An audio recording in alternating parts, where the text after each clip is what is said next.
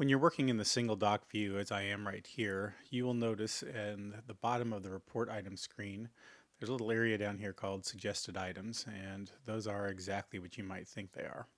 So you can go down here and select these, and these are just a number of different types of chunks that Dokigami regularly sees in this type of document.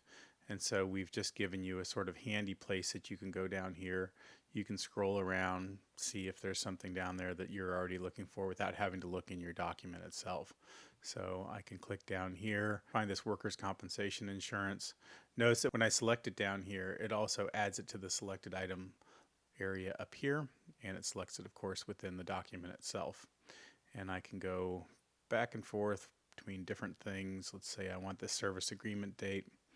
It'll take me there, and then from here I can add it to the report. And then anytime I want this out of the way, let's say so I can have a better view over here, I can just collapse this. So it's just a really handy way to find a lot of common items that you might find in any given document within a doc set.